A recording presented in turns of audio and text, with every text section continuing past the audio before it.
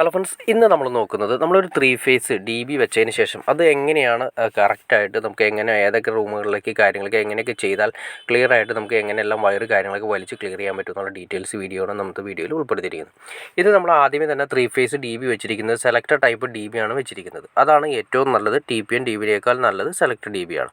ഇനി അവിടെ നിന്ന് സെപ്പറേറ്റ് നിങ്ങൾ കാണാൻ പറ്റും. സെപ്പറേറ്റ് 4 ബോക്സുകൾ വെച്ചാണ് കാണാൻ പറ്റും മുകളിലായിട്ട്.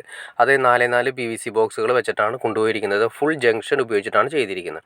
അപ്പോൾ ഇതിൻ്റെ ഗുണം എന്താണെന്ന് വെച്ചിട്ടുണ്ടെങ്കിൽ ഒരു 4 പൈപ്പ്, അത് 4 PVC ബോക്സിൻ്റെ സൈഡിൽ മിനിമം ഒരു ചെറിയ, അതായത് 1 ഇഞ്ച് പൈപ്പ് ആണെങ്കിൽ 25 mm പൈപ്പാണെങ്കിൽ 3 പൈപ്പ് നമുക്ക് സിമ്പിളായിട്ട് കൊണ്ടുപോകാൻ സാധിക്കും. അങ്ങനെ 3 പൈപ്പ് നമുക്ക് ഈ പറയുന്ന ഏരിയകളിലെല്ലാം സ്ഥലത്തേക്ക് കൊണ്ടുപോകാൻ പറ്റും. അങ്ങനെ കൊണ്ടുപോകുന്നതാണ് ഏറ്റവും നല്ലത്. അത്യാവശ്യം നല്ല രീതിയിൽ തന്നെ പൈപ്പ് അടിച്ചിട്ടുന്നതാണ് ഏറ്റവും നല്ലത്.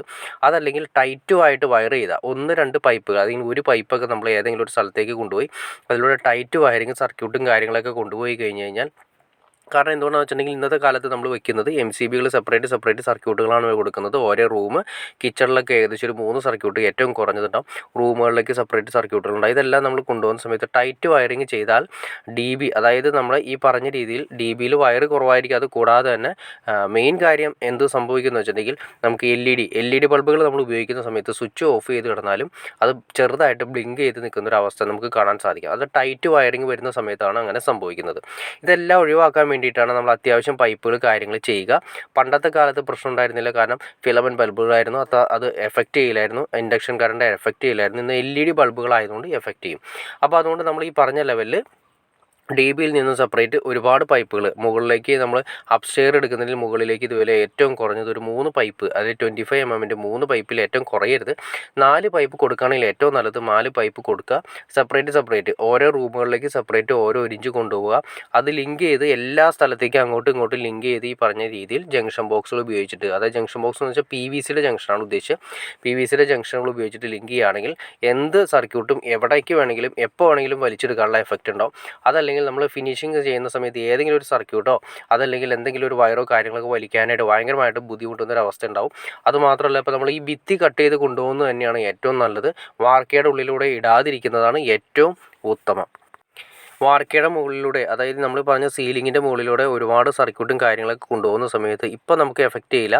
കാരണം വേറെ ഒന്നുമില്ല, അത് ചൂടാവുന്ന സമയത്ത്, അതായത് അപ്സ്റ്റെയറിലെ ഏരിയകളിലൊക്കെ സമയത്ത് ഡ്രസ് വർക്കും കാര്യങ്ങളും ചെയ്തിട്ടില്ലെങ്കിൽ മുകളിലെ, അതായത് ഈ പറഞ്ഞ വാർക്ക നന്നായിട്ട് വെയിൽ പിടിക്കുന്ന സമയത്ത് ചൂടാവുന്ന സമയത്ത് അതേ എഫക്റ്റ് തന്നെ വയറുകളിലും എഫക്റ്റ് ചെയ്യും. വയറുകൾ നിങ്ങൾക്ക് പിന്നീട് നോക്കി അറിയാൻ പറ്റും. ഏതെങ്കിലും ജംഗ്ഷൻ ബോക്സുകൾ നിങ്ങൾ അത്യാവശ്യം അപ്സ്റ്റെയർ വരുന്ന, അതായത് അപ്സ്റ്റെയർ വരുന്ന ഈ പറയുന്ന ജംഗ്ഷൻ ബോക്സുകൾ നമ്മൾ ഈ വാർക്കയുടെ മുകളിലൂടെ ഇട്ടിരിക്കുന്ന ജംഗ്ഷൻ ബോക്സുകളും തുറന്ന് നോക്കി അറിയാൻ പറ്റും.